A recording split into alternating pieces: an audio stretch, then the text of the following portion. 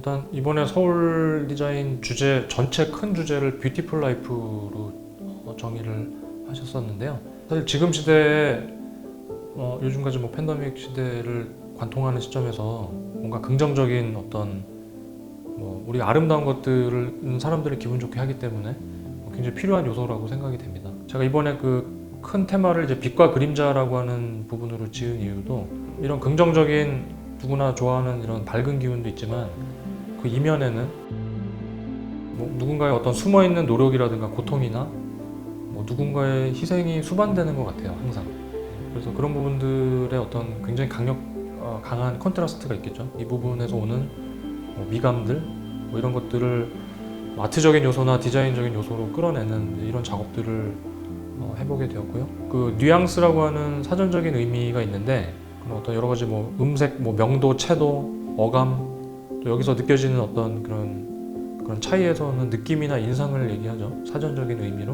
근데 여기에 어떤 제가 하고 있는 디지털적인 융합적인 작업과 사고를 넣어서 새로운 시각을 만들어내자라는 전개로 앞으로 뉘앙스전을 계속해서 좀 연작으로 해볼 예정입니다. 근데 그 부분에서 이번에 첫 번째로 빛과 그림자라는 테마를 정하게 되었습니다.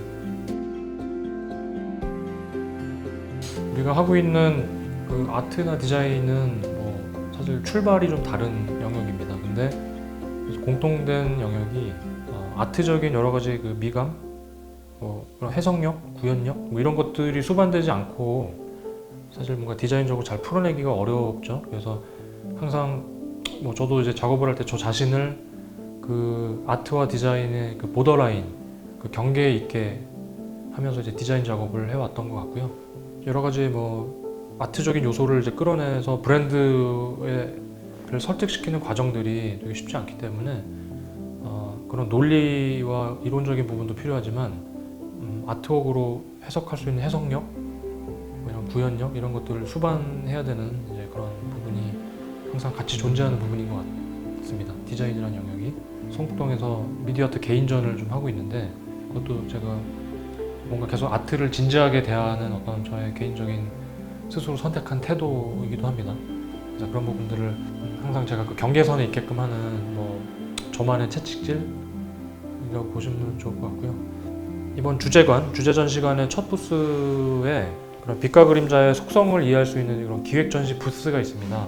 빛의 속성인 굴절, 반사, 투과, 확산 이런 부분들을 그런 물리적인 현상을 느껴볼 수 있게끔 저희가 적용을 좀 하였고요. 그래서 뭔가 항상 완성된 존부터 보는 게 아니고 이런 어떤 현상적인 부분들을 저희가 먼저 느끼고 빛과 그림자가 일상생활에서 우리 데일리 라이프에서 어떻게 확산되고 적용하고 있는지를 먼저 공부하고 그 다음에 그런 것들을 응용해서 할 수 있는 아트적인 장르들을 이렇게 쭉 펼치는 이런 구성으로 저희가 준비를 했습니다.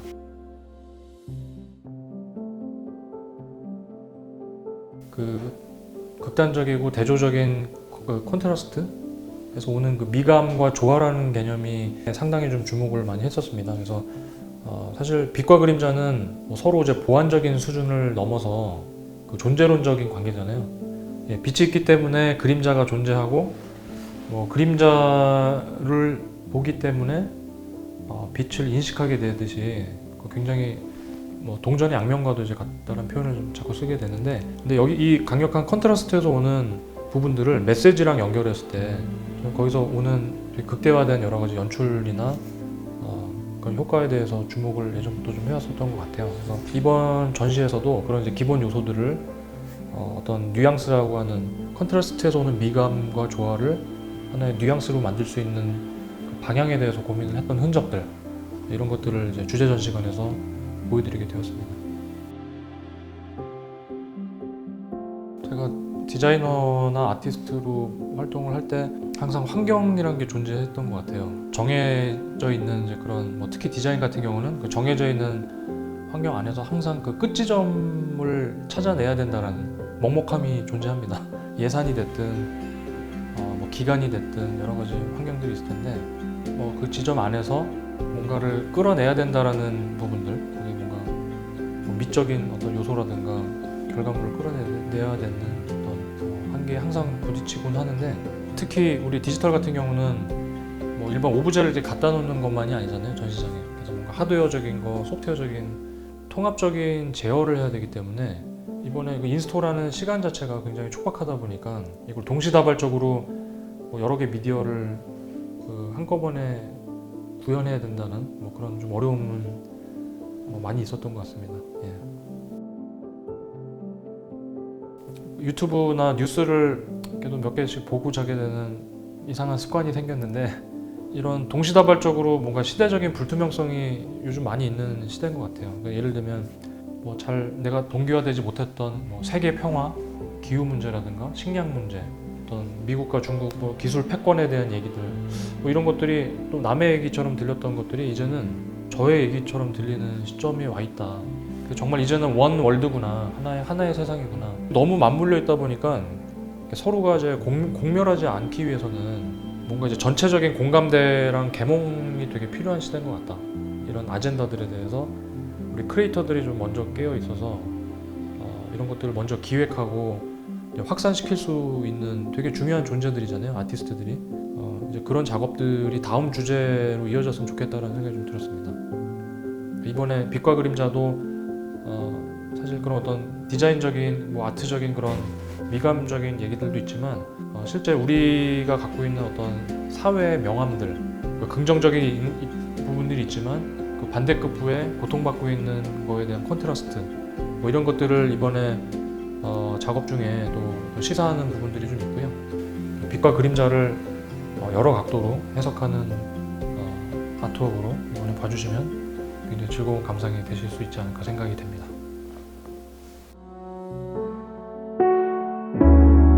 기존의 디지털은 효율과 생산성에 포커스되어 있죠. 그래서 거기에 이제 많이 맞춰져 있을 텐데, 어떻게 보면 이제 수단으로서의 디지털, 뭐 이런 쪽으로 디지털을 많이 생각하고 평가하는 시대가 있었는데, 지금 제가 하고 있는 작업들, 이 시대의 디지털, 또 제가 하고 있는 영역에서의 디지털은 뭔가 이제 복합적인 그 무드 매니지먼트라고 해야 될까요?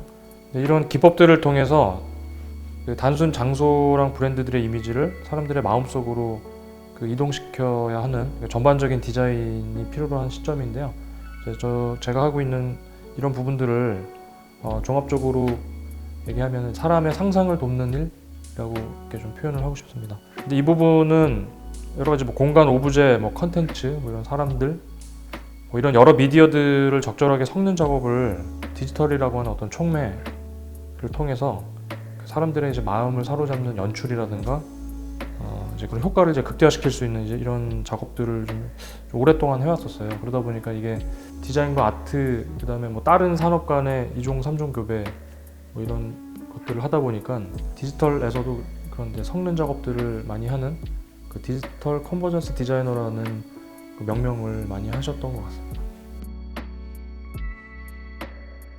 제가 비교적 창업을 좀 이른 나이에 하게 됐는데, 한 20여 년 동안 이런 디지털 컨버전스라는 영역에서 뭐 여러 가지 디바이스들, 예를 들면 뭐 모바일이라든가 웹부터 시작해서 그 이후에는 이제 공간에 디지털을 이렇게 섞는 작업들을 좀 해오게 됐습니다. 그래서 지금 바이널에서는 디지털에 관련된 디지털 디자인의 전반적인 작업들을 해오다 보니까 지금 꽤 많은 그 디지털리언들이 배출이 됐고요. 그런 후배들이 디지털 커뮤니케이션 시장에서 여러 가지 주도적인 역할들을 좀 해오고 있는 것 같습니다.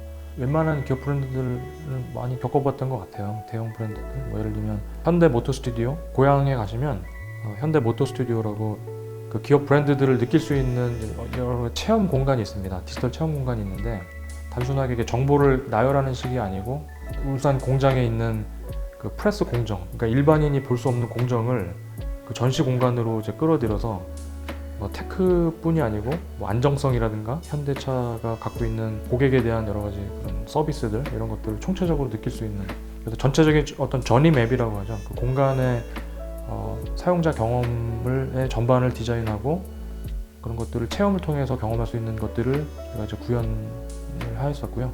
그 외에도 뭐 코엑스라든가 스타필드라든가 그런 대형 몰, 그다음 뭐 플래그십 스토어라든가 그 브랜드 전시 공간, 그 리테일 전반에 해당되는 디지털이 필요한 역할들 이런 것들을 저희가 직접 발굴해서 제공하는 작업들을 좀 해왔습니다.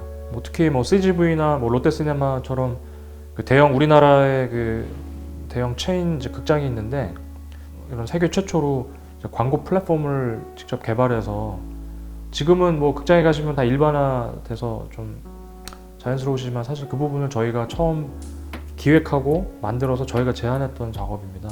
그 공간이 필요로 하는 것들을 저희가 분석을 해서 실제 이제 그 공간에 디지털이 잘 인베디드 되도록 저희가 설계하고 그 하드웨어 소프트웨어를 다 구현하는 전반적인 작업들을 좀 해왔다고 보시면 좋을 것 같습니다. 지난주에 이제 개인전을 오랜만에 마쳤는데요. 디자이너들은 그 표현의 욕구가 굉장히 많은 것 같아요. 근데 그거를 통해서 소통의 창구도 되고 자기 성찰할 수 있는 작업들을 또 할 수 있는 중요한 계기가 되는 것 같습니다. 그래서 개인전까지 한 10번째 정도 크고 작은 전시들을 해왔는데 제가 하고 있는 이런 디자인 영역이라는 부분이 물론 이제 파인아트랑은 출발부터 물론 다른 지점이 있는데요. 그렇더라도 이제 아트라는 영역의 어떤 교집합이 굉장히 많은 영역이기 때문에 그런 어떤 표현적인 질감이라든가 구현력뿐이 아니고 그런 내러티브에 대한 여러 가지 것들이 이제 아트를 뭔가 승화시켜서 브랜드 밸류로 만들려고 하는 기업 고객들이 많기 때문에 사실 그 아트를 이해하고 아트적인 어떤 감성과 접근으로 하는 것들이 굉장히 중요한 시점인 것 같아요. 그래서 사실 그것들을 위한 어떤 훈련의 관점도 필요한 부분인 것 같고요. 지난주에 종료한 개인전 아트웍 중에 이번에 DDP 전시에도 선보이는 특히 2개의 작품이 있는데요. 이번에 그 빛과 그림자 주제를 갖는 이제 연작이죠. 그래서 개인적인 경험을 바탕으로 실제로 그런 그 빛과 그림자 어떤 관계를 보고 모티브를 받아서 했던 작업인데 회상 메모리라고 하는 이 작품은 1인칭의 어떤 회상 시점에 대한 작품이에요. 그래서 기억에 의존해서 서로 다르게 기억되는 그 인간의 잔상을 이제 빛과 그림자로 표현한 그런 작업입니다. 내가 기억한 것과 상대방의 기억이 좀 다를 수 있고, 그다음에 제가 작업한 어떤 테마들이 리얼과 언리얼을 섞어서 초현실, 서리얼을 표현하는 작업들이 좀 많은 맥락을 좀 갖고 있습니다. 그런 작업 중에 하나고요. 다른 작품 하나는 이제 원데이라고 하는 제목의 작업입니다.